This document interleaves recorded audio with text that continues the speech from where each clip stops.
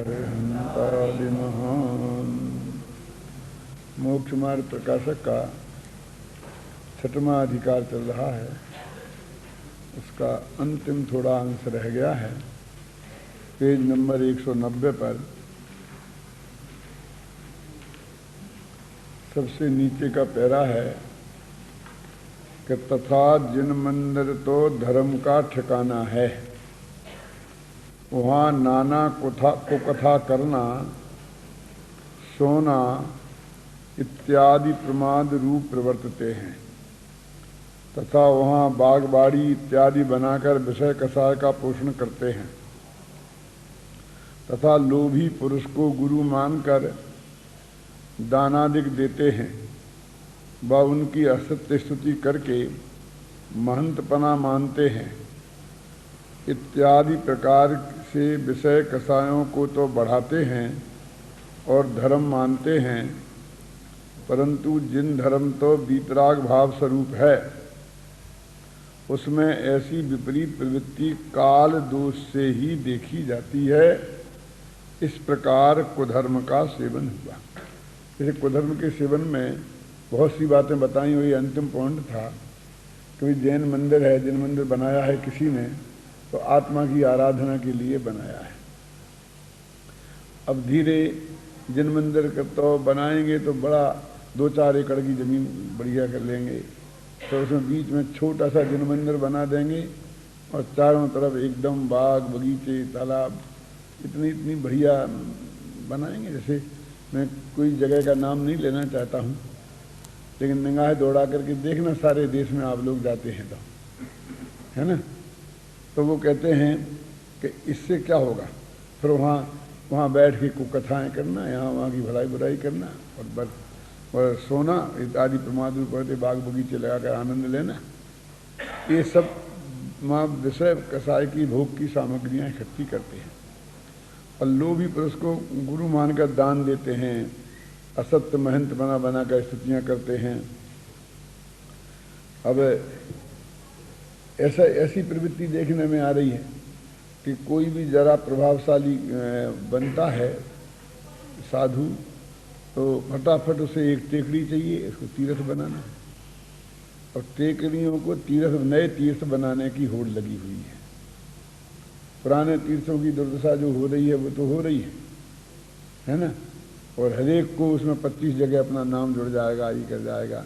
अब एक कितने उसके वृक्षों को काटो, जमीनों को खोदो, मतलब एक साधारण आवश्यकता के लिए 2-4 कमरे बनाना की आवश्यकता हो तो ज़्यादा भी बनाना, मान लो जैसे कोई छात्रावास वगैरह बनाए तो अच्छी चीज़ है, लेकिन वो बस वैसे ही बस तीर्थ के नाम पर और कोई भी चीज़ बस बना देना और उसके अब धर्म साधना कितनी होती है। अब ज़रा विचार करके देखो, जितना आरंभ परिग्रह हुआ है, जितनी हिंसा हुई है और जितनी और वहाँ पर ये सब चीज़ें हुई हैं, उसकी अपेक्षा वहाँ धर्म की आराधना कितनी हो रही। कहीं भी निगाह डाल करके एक देख लो तो ये सारे पंडित जी को कुधर्म की प्रवृत्ति में ले रहे हैं। वो कहते ऐसा नहीं है कि ये क्या है, इसमें क्या है, इसमें क्या है, इसमें क्या है। अब इसमें मिथ्यात्व भाव किस प्रकार होता है, कोई कहते हैं तुम्हें क्या ठीक है वो काम अच्छा नहीं था, लेकिन इसे मिथ्यात्व कैसे हो गया। हर बात में आप मिथ्यात्व से जोड़ रहे हो तो इसमें मिथ्यात्व कैसे हो गया। तो तत्व श्रद्धान करने में प्रयोजन भूत तो एक यह है कि रागादिक को छोड़ना। सारे तत्व श्रद्धान में जो आश्रव है तो आश्रव बंधु को हे क्यों कहा, क्योंकि वो रागादि भाव रूप है इसलिए हे कहा। संबंध निद्रा और मोक्ष को उपादेय क्यों कहा, क्योंकि वो वीतराग भाव रूप है इसलिए उपादेय कहा। तो एक ही बात होगी ना, रागादिक को छोड़ना ये मूल प्रयोजन रहा धर्म की आराधना में। अब इसी भाव का नाम धर्म है। यदि रागादिक भावों को बढ़ाकर धर्म माने तो वहां तत्व श्रद्धान कैसे रहा। देखो कैसे घटित किया उन्होंने, वहां तत्व श्रद्धान कैसे रहा। अब कहीं भी कोई भी टेकड़ी को तीर्थ बना दिया। अब मैं आपसे पूछता हूं कि यदि वो नहीं था तो क्या जैन धर्म की हानि हो रही थी। और वो हो गया तो क्या जैन धर्म की बढ़ोतरी हो गई? एक जैनी बढ़ गया, एक जैनी के बच्चे के मुंह में नमोकार मंत्र पहुंच गया, क्या क्या हुआ? मतलब उससे किस चीज की बढ़ोतरी हो गई? जिसको अपन तरक्की मान के बैठ जाए मान लो, तो उसमें से किस चीज की बढ़ोतरी हो गई? जैसे मान लीजिए कि अभी खोल रहे हैं, पठन पाठन के काम हो रहे हैं, तो ठीक है, अभी जिनवाणी बच्चों के कंठ में जा रही है, शास्त्र हैं तो गाँव गाँव में पहुंच रहे हैं, स्वाध्याय हो रहे हैं, शिविर लग रहे हैं। मतलब ये तो अपन समझे इसमें थोड़ा सा वो भी हो गए, जो भी आरंभ परिग्रह, तो वो समझ में आता है। लेकिन इससे क्या क्या तरक्की हो रही है? अब वो कहेगा समाज का पैसा लग गया। पैसा लगने की बात मैं नहीं कहता हूँ, तो लग गया, कहीं नहीं लग गया, नहीं लगता पैसा कसाय में लगता, उसका कोई महत्व तो नहीं है कहाँ लग गया और कहाँ नहीं लगता। ये बात जुदी है कि इसी पैसे को यदि ज्ञान के प्रचार प्रसार में लगाया जाता तो इसका कितना अधिक लाभ समाज को, मतलब समझ लोगे, इसमें 1000 विद्वान तैयार हो सकते थे। अभी ये मत समझना कि समाज में ऐसे विद्यार्थियों की कमी है। यदि ऐसे विद्यालय 1000 विद्यार्थियों के लायक भी खुल जाएं तो 1000 विद्यार्थी भी मिलेंगे। हर साल 1000 निकले जैन धर्म के विद्वान बन के, तो अभी मिलेंगे। मेरे कहने का अर्थ है कि क्यों नहीं बने, सब जगह से बने। आप जिस बात को सत्य समझते उसी का प्रचार करो, कोई बात नहीं, वो ही पढ़ाओ। नमोकार मंत्र तो सब पढ़ाएंगे ना, तुम इस संगठनों के नाम तो वो ही पढ़ेंगे ना, तत्वासूत्र तो वो ही पढ़ेंगे, स्वापकाचार वो ही पढ़ेंगे। तो 99% तो दोनों में एक ही जैसी बातें ही उसके पास जाएंगी। अब मान लो कि तुम 1% कोई आदमी अपना जोर लगाकर अपनी बातें उसमें लगा दे, तो वो जब 5 साल बाद विद्वान बन जाएगा, इतनी सामर्थ्य उसमें भी पैदा हो जाएगी कि वो दूध का दूध और पानी का पानी कर लेगा कि मूल आचार्यों की बात क्या है और इस विद्वान की जोड़ी हुई बात क्या है। क्यों? उससे कोई हानि होने वाली नहीं है। मतलब ये है सावध लेसो कि कम पाप और अधिक लाभ। अब इसमें तो पाप ही पाप दिख रहा है, लाभ नाम की तो कोई चीज है कहीं नजर ही नहीं आती है। मैं कहता हूँ एक नई कॉलोनी बसी, 50 घर जैनियों के बस गए, तो वहां जन्म मंदिर बनाना बहुत आवश्यकता है। अब ये है साबद्ध लेसो बहु धर्म राशि, सैकड़ों लोगों को वहां रोजाना देव दर्शन की सुविधा हो जाएगी, भगवान की पूजा भक्ति करने की स्वाध्याय हो जाएगी, स्वाध्याय की सुविधा हो जाएगी, वहां बच्चे नमोकार मंत्र से बैठ के पढ़ सकेंगे, इसकी सुविधा हो जाएगी। बहुत बढ़िया काम है, करना चाहिए, कौन मना करता उसके लिए, है ना। मतलब मेरे कहने का अर्थ है कि जो आवश्यक चीजें हैं उनमें कौन निषेध करता है। हमारे पुराने तीर्थ हैं, मंदिर हैं, उनकी सुरक्षा होनी चाहिए, अवश्य होनी चाहिए। जहां से भगवान सिद्ध शिला को गए हैं, अब जहां कुछ ही नहीं है, जिन कोई इतिहास नहीं, जहां कोई मतलब कोई प्रयोजन नहीं, आवश्यक नहीं, और टेकरी पे कोई बगल में भी रहता होगा तो रोजीना दर्शन करने जाने वाला भी नहीं है, उसके लिए नीचे दर्शन मंदिर अलग बनाना पड़ेगा। 1-2 किलोमीटर चढ़ना पड़े पहाड़ी को, तो कौन जाएगा दर्शन करने, बोलो। उसकी तो व्यवस्था ही करनी पड़ेगी। वो तो समाज के लिए लायबिलिटीज ही है, और उसमें कितना आरंभ परिग्रह हुआ है, अरे ये सब बातें आप जानते ही हैं। इसलिए पंडित जी सब उसको कुधर्म की श्रेणी में रहते हैं, और उसके मिथ्यात्व भाव का, क्योंकि रागादि भाव का पोषण हुआ और उसे अपन ने धर्म निरूपित किया।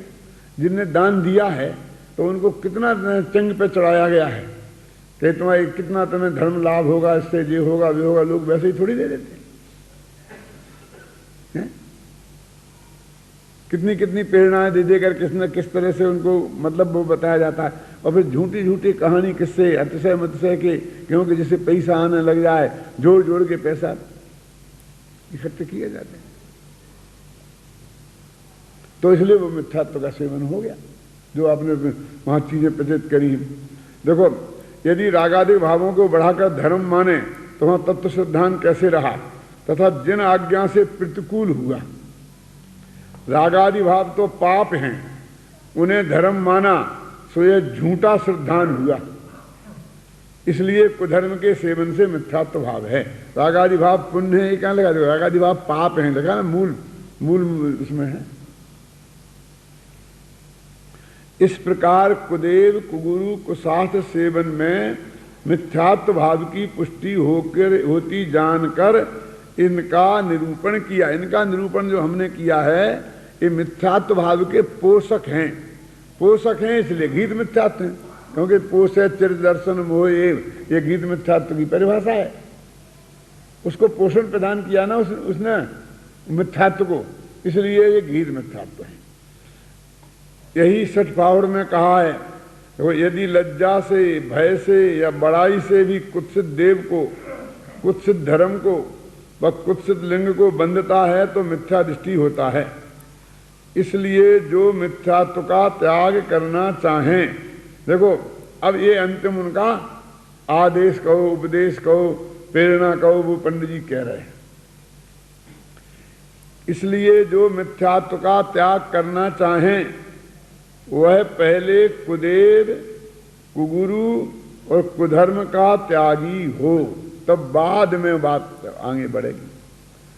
बहुत से लोग कहते हैं इससे क्या फर्क पड़ता है साहब, तो हम तुम्हारा तत्व सिद्धांत सही कर लें, अपने आत्मा को जान लें और आत्मा का अनुभव कर लें, और हम किसको गुरु मानते हैं, किसको देव मानते हैं, इससे क्या फर्क पड़ता है? ऐसा नहीं फर्क पड़ता है। देखो ना, सम्यक्त के 25 मलों के त्याग में अमूढ़ दृष्टि में बस षड अनायतन में इन्हीं का त्याग कराया है, इसलिए इनका त्याग अवश्य करना तथा कुबेदादिक के सेवन से जो मिथ्यात्व भाव होता है सो वह हिंसादिक पापों से बड़ा पाप है। वो कैसे समझे क्या पाप है? ना हिंसा बोले, ना झूठ बोले, ना चोरी हुई, ना कुछ ना हुई, इसमें क्या पाप हो गया? इसके फल से निगोद नरकादि पर्यायें पाई जाती हैं। वो कल बोला ते होंति लल्लू मूंगा, कल बोला था ना, वही है। वहां अनंत काल पर्यंत महासंकट पाया जाता है, सम्यक ज्ञान की प्राप्ति महादुर्लभ हो जाती है। इसका इतना स्पष्ट हानि है, इसलिए निषेध कर रहे। पंडित जी कहते हैं यदि ऐसे खतरा नहीं होता तो हम इस झंझट में पड़ते ही नहीं, क्योंकि इसका प्रतिपादन भी तो आजकल खतरे से खाली नहीं है ना। लेकिन इसका प्रतिपादन नहीं करना में अनंत काल का खतरा है, और प्रतिपादन करने में एक भव का खतरा है। अब आज तो वैसा जमाना नहीं है, टोडरमल जी जैसा जमाना, क्या तो जीवन विवन का खतरा तो नहीं है, तो भी थोड़ी उपद्रव का खतरा है, बस खत्म। हम समझ में ना, तो इतने खतरे के लिए अनंत काल का खतरा मोल लेना, इतना छोटा सा खतरा मोल लेना। देखो, सो हे भव्यो, सबसे नीचे की दो पंक्तियां, सो हे भव्यो किंचित मात्र लोभ से व भय से कुदेवादिक का सेवन करके जिससे अनंत काल पर्यंत महादुख सहना होता है, ऐसा मिथ्यात्व भाव करना योग्य नहीं है।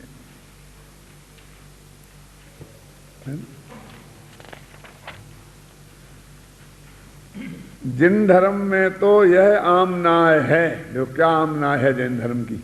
बोलते हैं ना, हम 13 पंथ आमना है, 20 पंथ आमना है, कुंद कुंद आमना है। तो क्या आमना है कि सबसे बड़ा पाप छुड़ाकर फिर छोटा पाप छुड़ाया जाता है। पहले बड़ा पाप छोड़ो, फिर छोटा पाप छोड़ो। इसलिए इस मिथ्यात्व को सप्त व्यसनादिक से भी बड़ा पाप जानकर पहले छुड़ाया है। ये समझ लो ना, 7 व्यसन का सेवन, 7 व्यसन जानते हैं, मांस खाना, मतलब ये सब चीजें आ गई, इनसे भी बड़ा पाप है।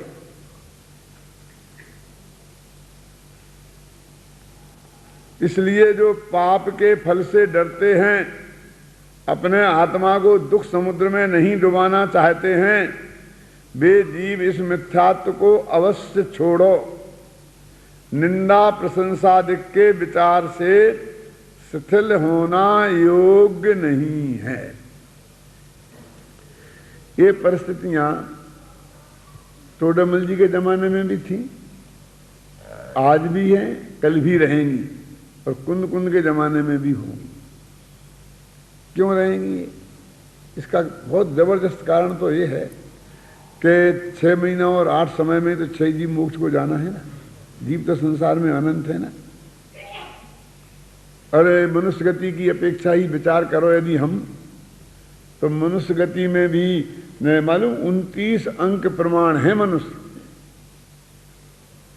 जो असंख्य होते हैं, क्योंकि 19 अंक में संख 10 संख हो जाते हैं, और 10 संख संख के बाद हुए तो असंख्य। इतने मनुष्यों में 6 महीना और 8 समय में मान लो 608 जीव यही हो गए तुम्हारे कोटे में यही, तो कितने से होंगे? तो वे हमेशा अल्प मत में तो रहने ही वाले हैं। क्यों? ये धर्म का झंडा लेने वाले 608 ही तो होंगे नहीं। इधर लाखों लोग लिए हुए बैठे हैं, लाखों लोग गुरु बने हुए बैठे हैं बनने के चक्कर में, तो ज्यादा तो बहुमति उन्हीं की हो गई ना। क्यों? गणित लगाओ आप, तो उनमें जो सद्मार्ग के सच्चे रूपक होंगे, जो भी होंगे, वो तो अत्यंत अल्प मत में रहेंगे ना। लिखा है निंदा प्रशंसा के भय से और लोभ से, आशा से। तो क्या भय क्यों है? यहाँ आने में प्रशंसा निंदा क्यों होगी? क्योंकि बस बहुमत निंदक होता है, अल्प मत बेचारे की निंदा होती है। सच्ची झूठी की बात कहाँ है ना? तो जो वो अल्प वाला होगा ना, 100 आदमी जहां जा रहे हैं और एक आदमी नहीं जाए तो उसी की निंदा होने वाली है। एक जगह जा रहा है वो बहुत अच्छी जगह हो, 100 जने जा रहे हैं वो बुरी जगह हो, लेकिन निंदा किसकी होगी? वो एक आदमी की निंदा करने से 99 तो निंदित होते नहीं हो, तो भीड़ की भीड़ जा रही। इसलिए मतलब लिखा ना, कोई भी निंदा प्रशंसा के भय से और लोभ से, यदि प्रशंसा का लोभ और निंदा का भय, अभी मारने पीटने की तो बात रही नहीं ना, उनने इतनी कही, इतनी तो होगी ना निंदा प्रशंसा, इतना तो होगी। इस जमाने में इससे तो नहीं बच सकेंगे आप। वो कह देंगे आप मुनि विरोधी हैं, गुरु विरोधी। ये तो ये मुनियों को नहीं मानते, ये कहेंगे भैया हम रोजाना वो कार मंत्र बोलते हैं, मुनियों को नहीं मानते। हम डंके की चोट करेंगे, हम मुनि महाराज को मानते हैं, मानते हैं, मानते हैं, मानते हैं, तो सुनने नहीं पड़े। क्यों? क्योंकि ये नहीं कहेंगे कि जी हमें नहीं मानते, ये हमें नहीं मानते तो कोई उस पर ध्यान देगा नहीं। और यदि ये कह देंगे मुनियों को नहीं मानते, तो सब लोग इनके विरोधी हो जाएंगे।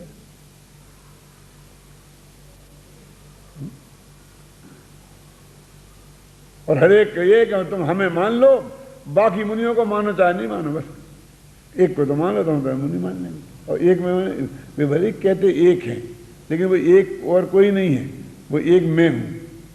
समझ रहे? मैं माने वो हर एक आदमी जो कहता है वो उसका आशय है कि एक उसे मान लो और बाकी किसी को तुम मानो चाहे नहीं मानो।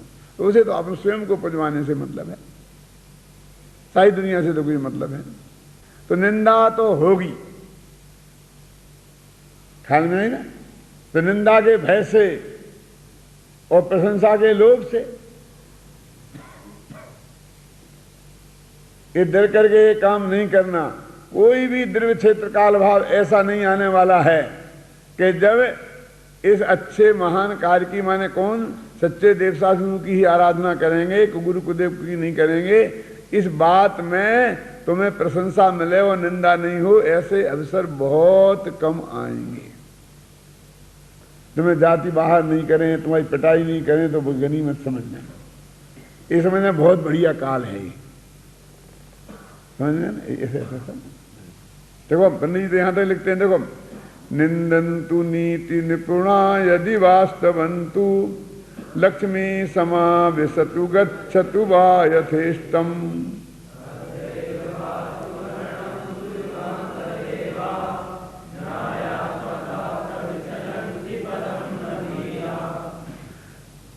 न्यायात पदा धीरा पदम न प्रचलंती। धीर वीर जो हैं वो न्याय के रास्ते से एक कदम भी यहां वहां नहीं हटते हैं।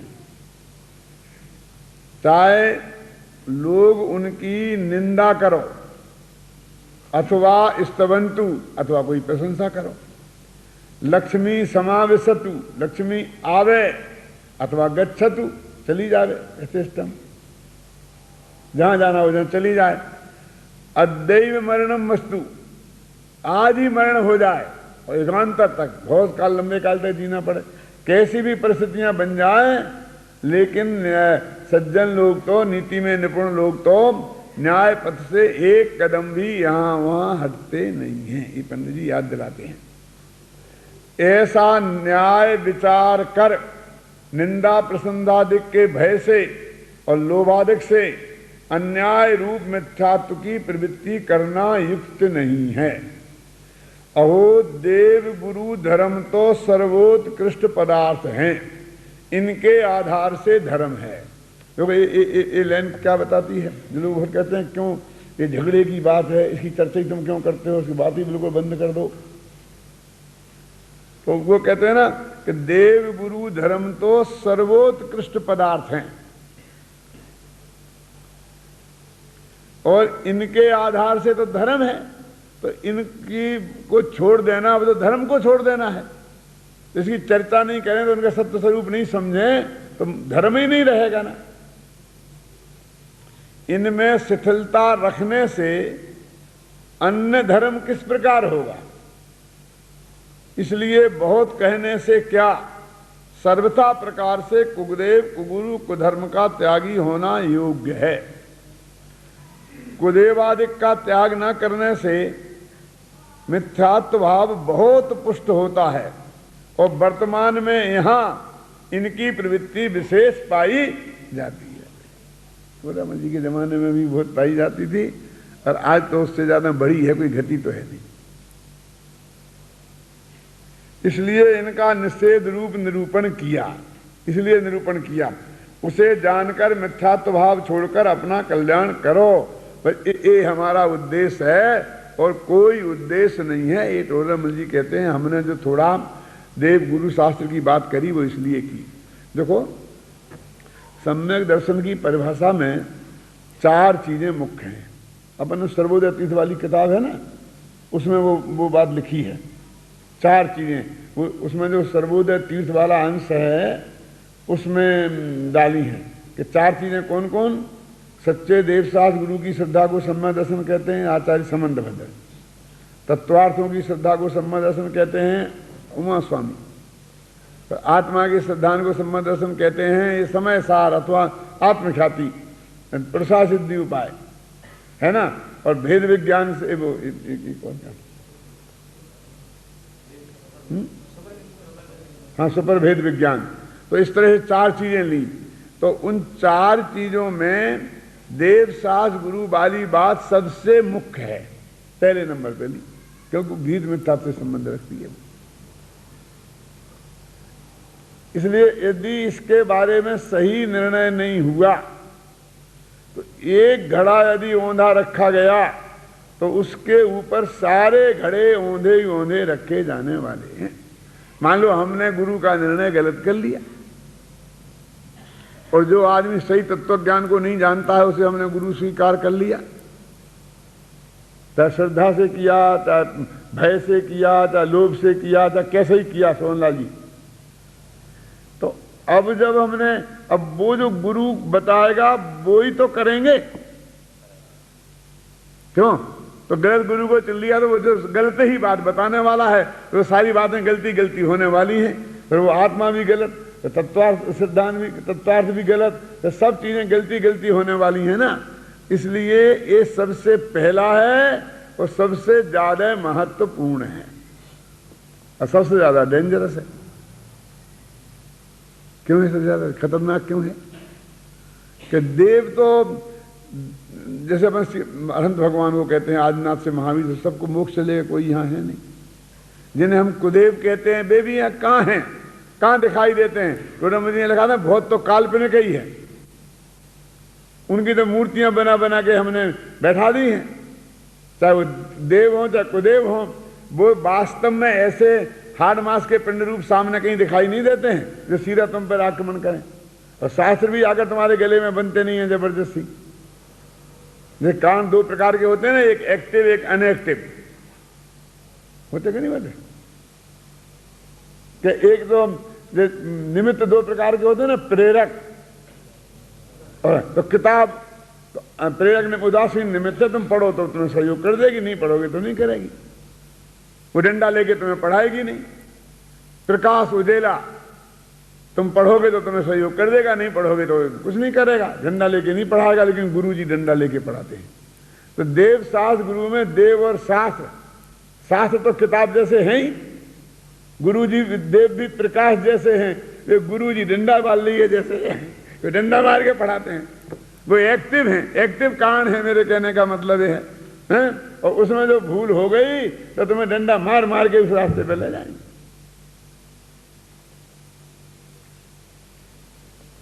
इसलिए सबसे ज्यादा महत्वपूर्ण गुरु का चुनाव है।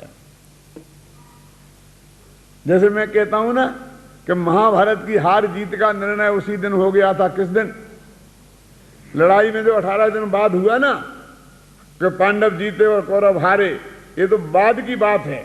लेकिन जिस दिन श्री कृष्ण के पास दुर्योधन और अर्जुन दोनों जने पहुंचे अपना युद्ध में सहयोग देने के लिए मांगने के, और दुर्योधन ने सारी सेना मांग ली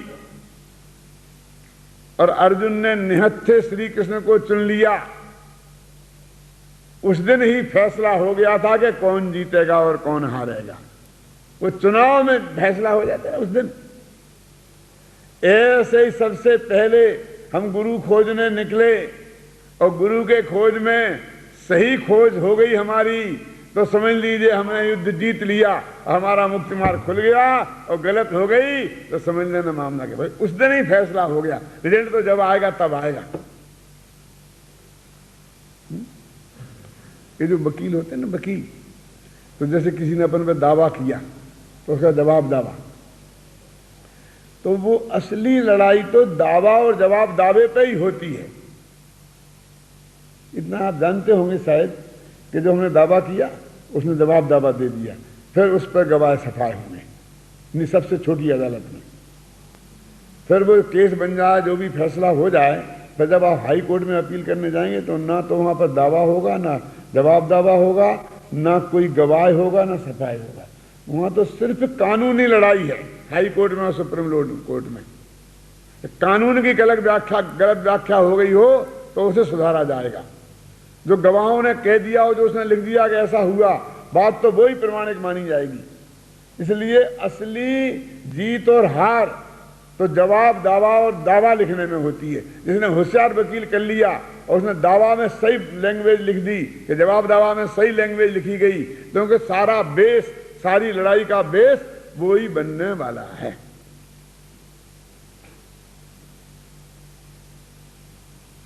ख्याल में आएगा नहीं है? तो ऐसे ये बेस ये बनने वाला है देव शास्त्र गुरु के चुनाव में है? तो इसमें चुनाव यदि गलत हो गया तो समझ लीजिए कि हम अनंत काल तक के लिए संसार में भटक गए, और सही चुनाव हो गया तो समझ लीजिए कि हमारे संसार समुद्र का किनारा नजदीक आ गया। इसलिए इसमें रंच मात्र भी गफलत करने की जरूरत नहीं है। इसको मैं ऐसा उदाहरण देता हूं कि लोक में जैसे हमको एक आदमी नौकर रखना है, हमें एक अपना क्लर्क रखना है, एक चपरासी रखना, ऑफिस खोला, बस एक ही क्लर्क रखना, एक ही चपरासी, और हम ऑफिसर हैं। अब हमने कहा कि हमको एक क्लर्क चाहिए, तो बहुत सिफारिशें आएंगी, ऐसे रख लो, ऐसे रख लो, ऐसे रख लो। अब हमने यदि किसी की सिफारिश से रख लिया और वो कमजोर आदमी रखा गया क्लर्क, तो सारी तनख्वाह तो क्लर्क की उसे देनी पड़ेगी और क्लर्क की हमें करनी पड़ेगी, और जो काम में नुकसान होगा उसका फल तो हमें भोगना पड़ेगा ना। बोलो, डायरेक्ट हम प्रभावित होने वाले हैं। और चपरासी ऐसा रख लिया जो कोई करे ही नहीं कुछ, तो रोजाना झाड़ू भी हमें को लगानी पड़ेगी और तनख्वाह चपरासी की देनी पड़ेगी। क्यों? इसलिए देखो, यहां तो राष्ट्रपति की भी सिफारिश नहीं चलेगी, यहां तो हम अपने ही मन का आदमी रखेंगे, और जब निकालना होगा निकाल देंगे और रखना होगा रखेंगे। कोई कहेगा नहीं नहीं इसे मत निकालो, ये हमारा आदमी है, नहीं चलेगा। हमारा तुम्हारा बाप हो तो नहीं चलेगा, सिफारिश नहीं चलेगी। क्यों? कि ये तो सीधे हम प्रभावित होने वाले हैं, सीधा हमारा काम बिगड़ने वाला है। ये कोई गवर्नमेंट की नौकरी नहीं तुम्हें दिला दी, अब वो जाके जो होगा तो भोगेगा, जो भोगे तो हमें सिफारिश लगा दी, लग गया ठिकाने से, क्यों? रोने वाला रोएगा। यहां तो सीधा हमको उसका इफेक्ट होने वाला है, ये तो हमसे प्रभावित होने वाले हैं।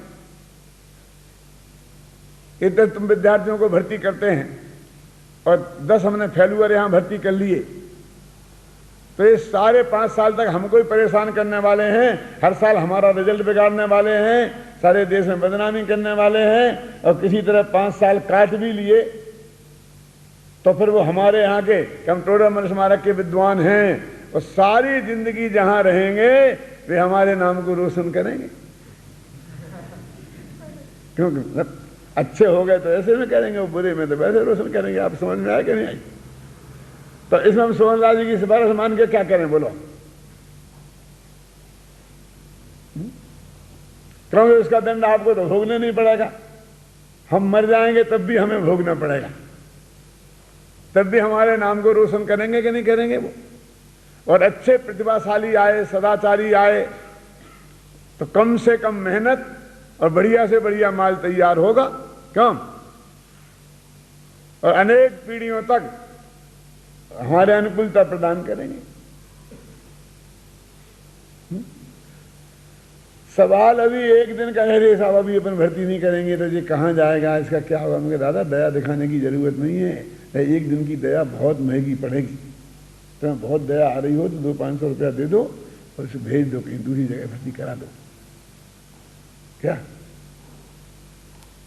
दूसरी जगह करा दो, भले ही खर्चा तुम देते रहना, इसे गले में मत बांधो। इसमें दया भया का काम नहीं है, निर्दयता से काम करो। अब ये देखिए, जब शिष्य के चुनाव में इतनी सावधानी की जरूरत है तो गुरु के चुनाव में कितनी सावधानी की जरूरत होगी बोला? एक नौकर के चुनाव में, एक चपरासी के चुनाव में, एक क्लर्क के चुनाव में इतनी सावधानी की जरूरत है तो गुरु के चुनाव में कितनी सावधानी की जरूरत होनी चाहिए? सोचो, अपने मन से सोचो। ऐसे लोग मैंने बहुत देखे हैं। मैं तो रोजाना जाता हूं, 2 घंटा सब्जी मंडी में जाता हूं, सब्जी अपने मन की लाता हूं, मुझे किसी दूसरे की लाइफ पसंद ही नहीं है। एक एक पीस चुन चुन के लाते हैं, टमाटर का का लाते, मुझे पता नहीं क्यों। एक एक दाना, नहीं नहीं नहीं, नहीं तुम वो मत चढ़ाओ, तो मैंने रखा जो रखा, वही रखा वही रखा, वो रद्दी धारा दाना उसमें डालने की कोशिश करता है ना, तो हम नहीं डालने देते हैं। क्यों रमेश जी, करते कि नहीं करते? वहां कितना सावधान है, क्यों? वो जानता है एक सड़ा हुआ दाना चढ़ गया तो मुझको ही भोगना पड़ेगा, मुझको ही खाना पड़ेगा। क्यों? सोचता कि नहीं सोचता है? तो कितना सावधान रखता है। और हमें क्या है, छात्रावास में जानी है, छात्र लोग खाएंगे, अपन को तो ले दो, ढक दो, खा चली जाएगी, सड़ी गली होगी तो खाएंगे। क्यों? तो खुद को खाना हो तो फर्क पड़ता कि नहीं पड़ता? दोनों में चाहे जितनी बात करो, फर्क तो पड़ता ही हो। और फिर अस्पताल के लिए खरीद के भेजनी हो तो भगवान ही मालिक है, और जेल खाने के लिए भेजनी हो तो तुझे स्वयं खाना हो तो सब्जी का एक एक पीस सिलेक्ट करता है।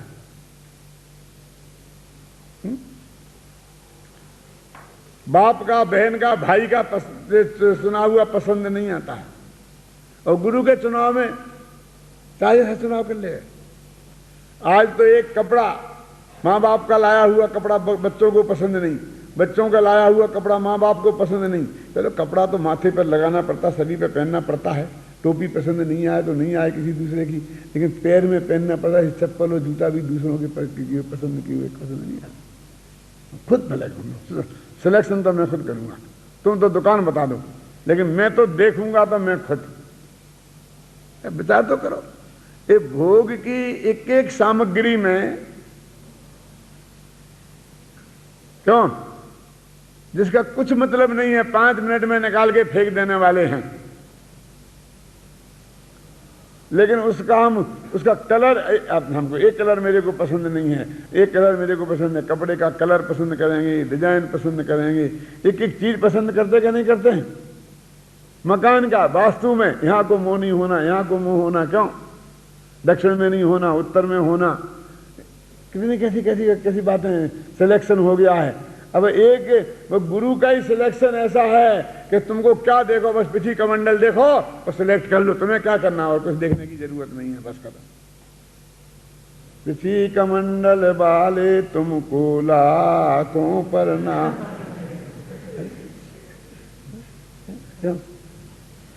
ज्ञान दर्शन वाले की तो बात ही खत्म हो गई, आत्मा के अनुभव वाले की तो बात ही खत्म हो गई।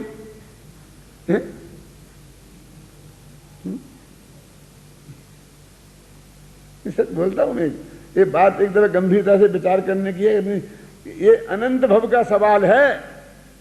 लड़का लड़की को, पति पत्नी को चुनते हैं ना, तो फिर सारे जीवन का सवाल है, सारे जीवन का सवाल है।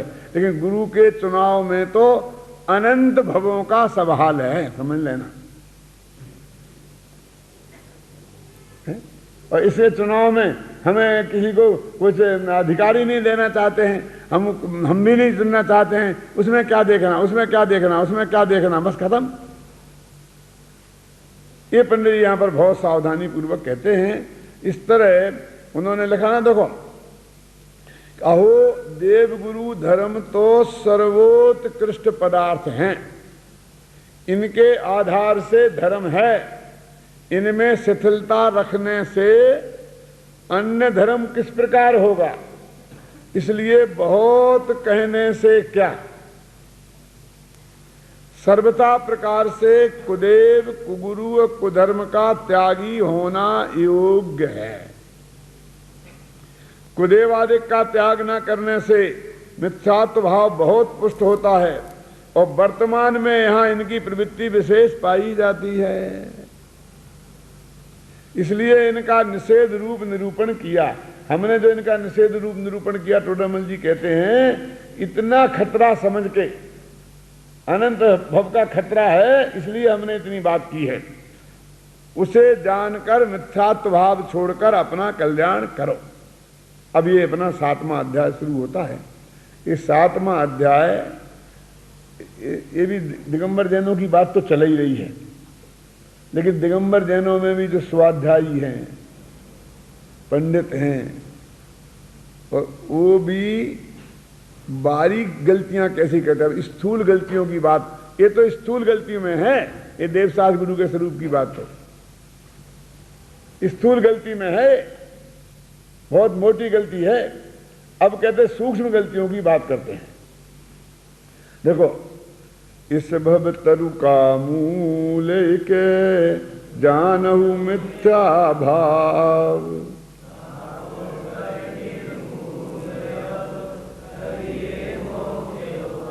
ये संसार रूपी समुद्र का एकमात्र यदि कोई जड़ है तो ये मिथ्या भाव है, मिथ्या दर्शन, मिथ्या ज्ञान, मिथ्या चारित्र है। इसलिए इनको निर्मूल कर दो, जड़ से उखाड़ दो और मुक्ति का उपाय करो, है ना। अब जो जीव जैन हैं, देखो, और जिनाज्ञा को मानते हैं, अब किन की बात चल रही है। एक तो जैनी है, कट्टर जैनी है।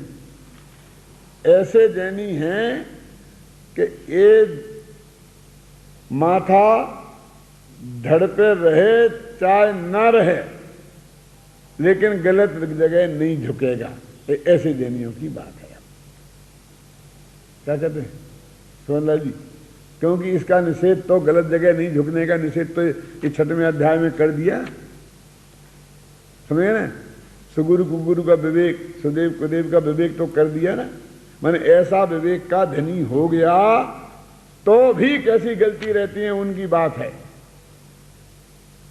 क्या तो जीव जैन है और जिन आज्ञा को मानते हैं, जिन आज्ञा को मानते हैं माने शास्त्र में निकाल के बता दो कि देखो भैया ये बात लिखा है, जहां साहब सिर उठाइए। ऐसा नहीं कि मैं कुछ नहीं जानता शास्त्र में, ऐसा नहीं। शास्त्र में लिखा है कि एक कुदेव का सेवन नहीं करना चाहिए, तो हाँ साहब स्वीकार है। शास्त्र में लिखा है कि रात्रि भोजन नहीं करना चाहिए, तो ये स्वीकार है। श्रद्धा में तो स्वीकार करे, जीवन में धारण करने के लिए अपनी योग्यता के अनुसार, भूमिका के अनुसार जितना बने उतना करे। कीजिए शक्ति प्रमाण और शक्ति बना सरदा धरे, ख्याल में है ना। तो ये जिनाज्ञा को मानते हैं। माने ये सवाल नहीं है कि जैन धर्म में बात की वह सच्ची है कि झूठी है। यदि इन्हें पता चल जाए कि जैन धर्म की बात है, भगवान महावीर की दिव्य धुनी की बात है, तो फिर बिना किसी मीन में किए स्वीकार कर लेंगे। इसका नाम है जिन आज्ञा को मानते हैं, है ना। ऐसे जैनियों की बात है। क्यों जी, जो जिन आज्ञा को मानते होंगे वे जानते होंगे क्या नहीं कि जाने बिना मानना कैसे संभव है? बोलो कि हम जानते तो है नहीं जिन आज्ञा को मानते हैं, तो जाने बिना मानना कैसे संभव है? इसका मतलब जिन आज्ञा को जानते हैं और जिन आज्ञा को मानते हैं। ख्याल में है ना। जो जीव जैनी है, जिन आज्ञा को जानते हैं और जिन आज्ञा को मानते हैं, उनके भी मिथ्यात्व रहता है। उनके भी मिथ्यात्व रहता है। अब उसका वर्णन करते हैं। अब उनका वर्णन करते हैं जो शास्त्र के विरुद्ध तो कोई बात करना ही नहीं चाहते हैं, उनका वर्णन करते हैं।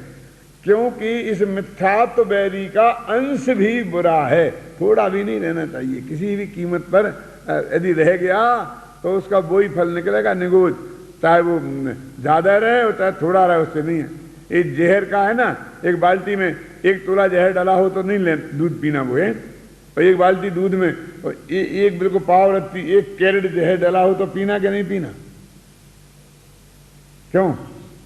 तो कहते मिथ्यात्व बैरी का तो अंश भी बुरा है, इसलिए सूक्ष्म मिथ्यात्व भी त्यागने योग्य है। माने अब वे सूक्ष्म मिथ्यात्व की बात करेंगे। इससे एक सिद्ध होता है सूक्ष्म बात करेंगे। अभी इसका मतलब अभी तक की बातें क्या थी? वो अभी तक की बातें तो स्थूल थी, और अब बात देवशास्त्र गुरु की बात तो स्थूल है। वो तो डॉक्टर पहचानने की बात है। अब दवा की बात चल रही है कि भैया हम अच्छे से अच्छे डॉक्टर से कराना चाहते हैं कि नहीं। मैं आपसे एक बात पूछता हूं कि बाजार में अपन जाते हैं ना, तो हार्ट का ऑपरेशन करने वाले इस बंबई दिल्ली में 10,000 रुपये में भी हार्ट का ऑपरेशन होता है, और लाख में भी होता है, और 5 लाख में भी होता है। और बिल्कुल एक लाइन से अस्पताल हैं, और एक ही अस्पताल के पड़े हुए डॉक्टर लोग हैं और लाइन से बैठे हैं, और सब के सफल होते हैं। और उनके ऑपरेशन किए हुए लोग जिंदा बाजार में खूब घूम रहे हैं। फिर भी यदि हमारी जेब गर्म हो तो हम सबसे महंगा, सबसे बढ़िया उस डॉक्टर के पास ही ऑपरेशन कराना पसंद करते हैं क्या नहीं? बोला और ज्यादा जेब गर्म हो और कुनकुनी हो तो हमें लंदन जाएंगे, अमेरिका जाएंगे, बढ़िया से बढ़िया, चाहे वो यहाँ से भी बुरा हो। एक आदमी कोशिश तो करता है ना पूरी ताकत लगा करके, बढ़िया से बढ़िया। मैं तो कहता हूं डॉक्टर की बात तो जाने दो, दर्जी की बात है? हम कुर्ता सलाना हो तो बढ़िया से बढ़िया दर्जी कौन है? कि साहब 5 रुपए में सीता, वो 50 रुपया लेता है, तो 50 रुपया वाले के यहाँ लाइन लगी रहती है, और 5 रुपये वाले के कोई नहीं जाता है। मैंने लोक में हम जरा सी बात के प्रति कितने सावधान हैं। ये बाल बनाने ना, ये 10-12 रुपये में भी बनते हैं, और 50-50 रुपये में भी लोग बनवा के आते हैं। कोई ज्यादा फर्क पड़ता है? कुछ दिखते हैं कुछ 50 रुपये के हैं, लेकिन नहीं, वहाँ जाएंगे कहीं बजमोरी बाजार वगैरह में, कहाँ जाते हैं मुझे पता नहीं। बाल बनाने वाले तो यहाँ भी बैठे हैं। मैंने हम एक एक बात के प्रति कितने सतर्क हो गए हैं, जरा विचार करना। और 100 गुना 5 गुना खर्च करने को तैयार हैं। वो चाय पीते हैं ना, वो 2 रुपये का कप भी आता है, 1 रुपये का कप भी आता है, 15 रुपये का, 20 रुपये का भी वही कप चाय वैसी होती है। क्यों? लेकिन वो उस होटल में जाके 5 स्टार के 20 रुपये की चाय पीते हैं। क्यों? कि हमको अच्छी से अच्छी चीज चाहिए। लोक में हम कहीं भी भोग में कंप्रोमाइज नहीं करते।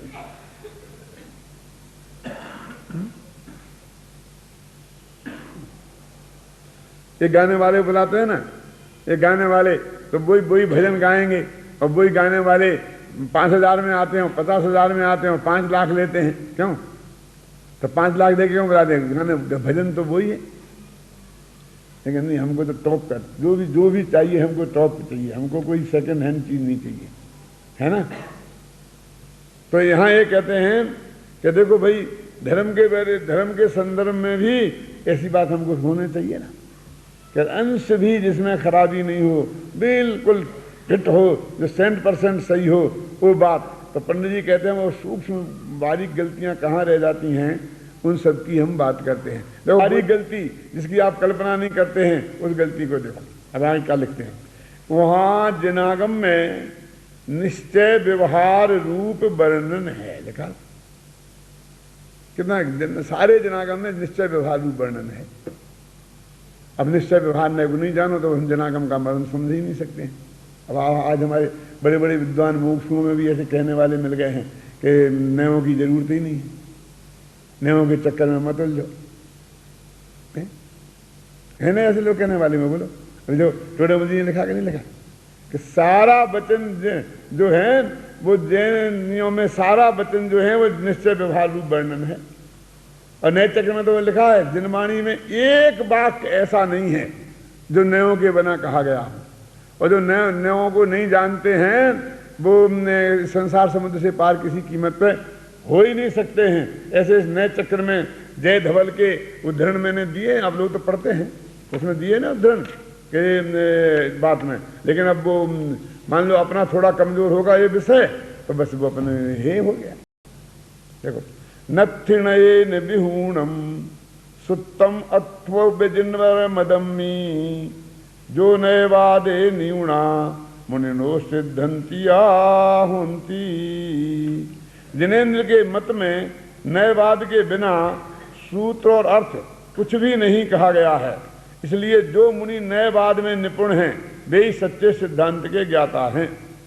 जो जे नय दिट्ठि विहीना तान न बत्थु साव उवे लद्धी बत्थु साव विहूना सम्मा दिट्ठि कहम हुंती। जो व्यक्ति नए दृष्टि से विहीन है उन्हें वस्तु स्वरूप का सही ज्ञान नहीं हो सकता, और वस्तु स्वरूप को नहीं जानने वाले सम्यक दृष्टि कैसे हो सकते हैं। और भी बहुत है। और ये मालूम कब लिखे गए थे? जो आज चर्चा चलने वाले जिनकी चर्चा भी नहीं थी तब। ये तो गुरुदेव जिंदा थे तब ये लिखा जा चुका था, और गुरुदेव की उपस्थिति में मैंने स्वयं इसे पढ़ाया था सोनगढ़ में। और जब मैंने उस क्लास में पढ़ाया था उस क्लास में गुरुदेव श्रोता बन के बैठे थे। ये अपने अभिमान की पुष्टि के लिए नहीं कह रहा हूं कि मेरी सभा के श्रोता गुरुदेव थे।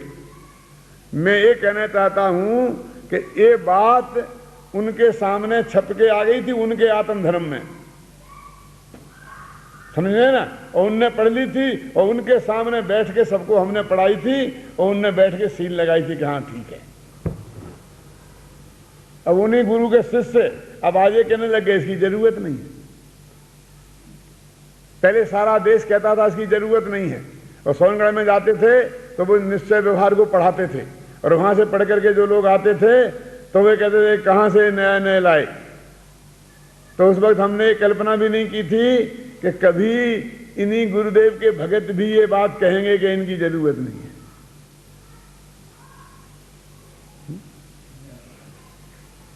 क्या कह रहे, जमाना है, समय की बात है। इसलिए भाई इसमें बहुत सावधानी की जरूरत है चुनाव में। विवेक में लिखा ना देखो कि निश्चय व्यवहार के जनागम में निश्चय व्यवहार रूप वर्णन है। उसमें यथार्थ का नाम निश्चय है और उपचार का नाम व्यवहार है।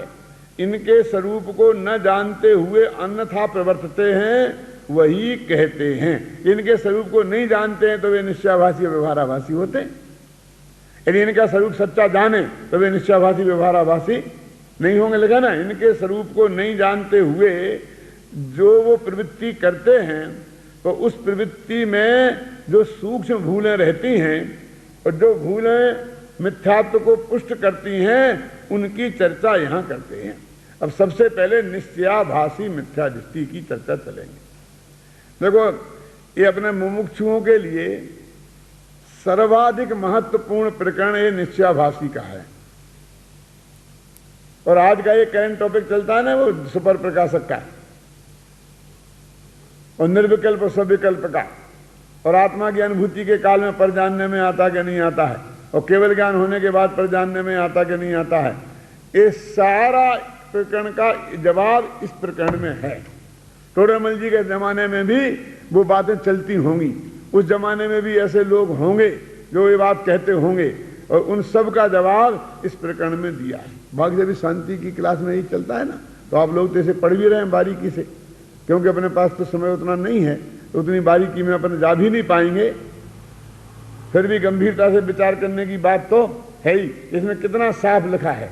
और ये जब लिखा गया था तब कान्जी स्वामी भी मतलब पैदा नहीं हुए थे। इन नए चक्र भी मैंने बोला ना कि जब जो आज ये चर्चा चलती है ना दो मतभेद की, तो ये इस मतभेद के जवाब में नहीं लिखा गया, बल्कि ये मतभेद जब खड़े नहीं हुए थे, वो गुरुदेव शुद्ध विद्वान थे, तब की लिखी हुई ये चीज है और आत्मधर्म में छपी हुई। उस दिन से तो आज तक किसी ने कही नहीं कि इसमें एक अक्षर गलत है। देखो कितने ही जीव निश्चय को न जानते हुए निश्चयाभास के श्रद्धानी होकर अपने को मोक्ष मार्गी मानते हैं, अपने आत्मा को सिद्ध समान अनुभव करते हैं। आप प्रत्यक्ष संसारी हैं और भ्रम से अपने को सिद्ध मानते हैं, वही मिथ्या दृष्टि है। पहली भूल क्या? अपने को सिद्ध समान मानते हैं, और तो संसारी वो मानते सिद्ध समान। और क्या कौन से किन की गलती है ये माँ से पेट से सीख के आए हैं वो नहीं, जिनने जिनवाणी पढ़ी है वो जिनवाणी पढ़कर मानते हैं कि लिखा है ना सिद्ध समान सदा पद मेरो, मैं तो सदा सिद्ध के समान हूं, ये जिनवाणी में पढ़ा और इससे माना। तो एक किनकी गलतियां हैं? जो जिनवाणी पढ़कर जिनने मिथ्यात्व का पोषण किया है। अरे क्या बात कहते हो, कोई शास्त्र के पढ़ने से मिथ्यात्व का पोषण होता है? ये जिनवाणी तो सम्यक शास्त्र है। क्यों? ये कहते समय सार को पढ़कर जिनने अपने मिथ्यात्व का पोषण किया है, ये निश्चयाभासी का प्रकरण उन मिथ्या दृष्टियों की गलती बताने वाला है। बोलो कि समय सार तो मिथ्यात्व का नाश करने वाला है भाई साहब। ये मिथ्यात्व की इतनी ज्यादा चर्चा हुई ना, और सम्मा दर्शन के इतने गीत गाए मिथ्यात्व के नाश से मुक्ति के मार्ग में प्रथम सीढ़ी, तो एक वर्ग को ऐसा लगा कि भाई ये तो बहुत गड़बड़ हो रही है, और जैसे इन पर इनका एकाधिकार हो गया सम्मा दर्शन की चर्चा और मिथ्यात्व की चर्चा पर, अर्थात इस सम्मा दर्शन की प्राप्ति पर, तो उस वर्ग ने ऐसा कहना शुरू कर दिया कि मिथ्यात्व बंध का कारण ही नहीं है। तो मिथ्यात्व बंध का कारण तो सम्मा दर्शन मोक्ष का कारण नहीं रहेगा। सम्मा दर्शन ज्ञान चारित्राणी मोक्ष मार्ग है ना, समझेंगे ना? सम्मा दर्शन ज्ञान चारित्राणी मोक्ष मार्ग है ना। जो मिथ्यात्व माने तीनों है ना, पहले तो मिथ्या दर्शन, मिथ्या ज्ञान और मिथ्याचार, तीनों है ना मिथ्यात्व माने। और सम्यक माने तीनों है ना, ये तो अपन कई दफे बता चुके ना। अब मिथ्यात्व बंध का कारण नहीं है, माने मिथ्या दर्शन, मिथ्या ज्ञान और मिथ्याचार बंध का कारण नहीं है, ये अर्थ हुआ उसका।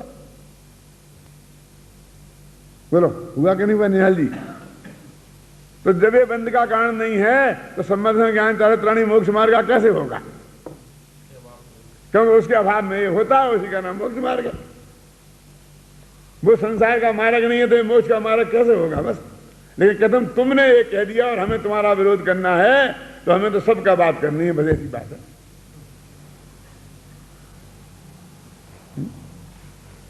ऐसे ये है कि चौथे गुणस्थान में सम्मा से आत्मा के अनुभव ही नहीं होता, सम्मर्शन ही नहीं होता। अरे छायक सम्मर्शन होता क्या? होता है।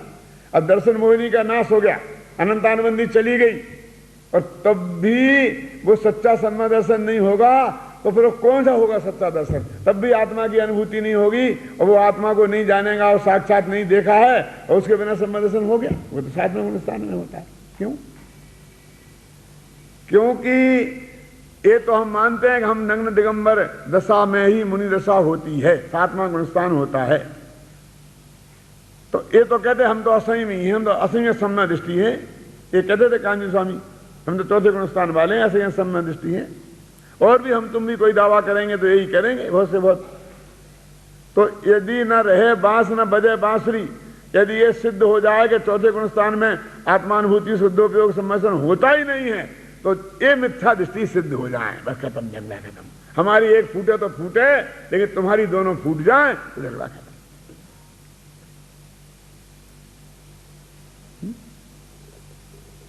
क्यों?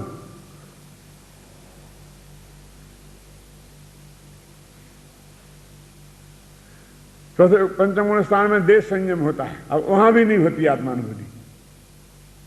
असंयम में नहीं होती, देश संयम में नहीं होती, समझे। तो छठवें में सकल संयम हो गया, तीन कसाय का अभाव हो गया, और वहां आत्मानुभूति होती नहीं। तो तीन कसाय का अभाव आत्मानुभूति के भी नहीं हो गया। देखो वो आत्मानुभूति तो सातवें गुण स्थान में जाके होगी है? तो उसके पहले तीन कसायों का अभाव हो जाएगा कि नहीं? मिथ्यात्व का, अनंतानुबंधी का, अप्रत्याख्यानावरण का, प्रत्याख्यानावरण का, बोलो हो जाएगी कि नहीं हो जाएगी? और नग्न दिगंबर दशा हो जाएगी। अभी आत्मा अंदर में देखा ही नहीं कैसा है, अब बाद में देखेंगे जाकर के उधर।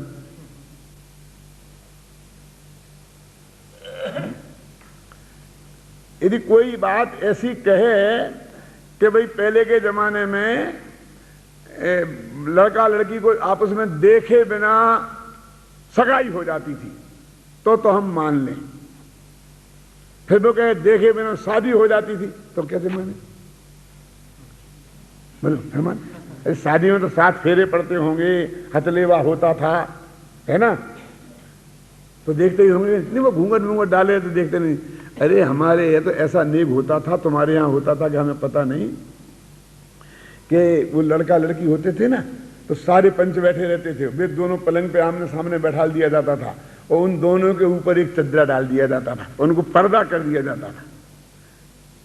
वो क्या था कि फेरे पड़ने के पहले ये शिकायत नहीं रहे कि हमने देखा नहीं है, तुम अच्छी तरह से देख लो, क्योंकि सबके सामने शर्म के मारे नंगा उठा के देख नहीं सकते, इसलिए उनके पर्दा डाला जाता था। हमारे पास डाला गया था, तुम्हारा डाला गया था, नहीं डाला गया था?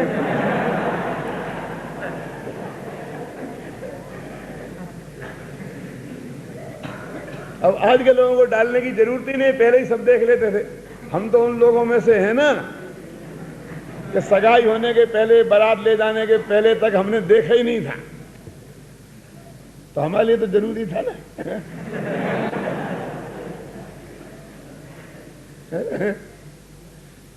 तो कैसे माने कि बिना देखे शादी हो गई? मान नहीं सकते।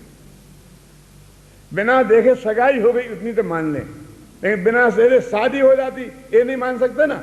चलो ये भी मान लेते हैं हो जाती होगी, किसी को नहीं दिखाते होंगे, और वो पर्दा भी डाल देने पे कोई नहीं देखता होगा आंख उठा करके, फिर वो कहेंगे नहीं नहीं बिना देखे बाल बच्चे भी हो गए हमारे।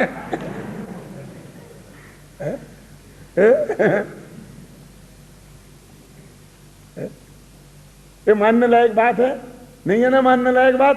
तो ऐसे ही चौथा गुण स्थान, पांचवा और छठवां भी, वो भी आत्मा को देखे बिना, आत्मा का अनुभव के बिना कैसे गले होता है बोलो? अब इससे कोई माने कि हमारे विरोध है, कहाँ किसका विरोध, कहाँ का विरोध है? ये तो जिनवाणी का सहज प्रतिपादन है, इसलिए तो कहते हैं भाई कि गुरु का निर्णय करना भी बहुत जरूरी है।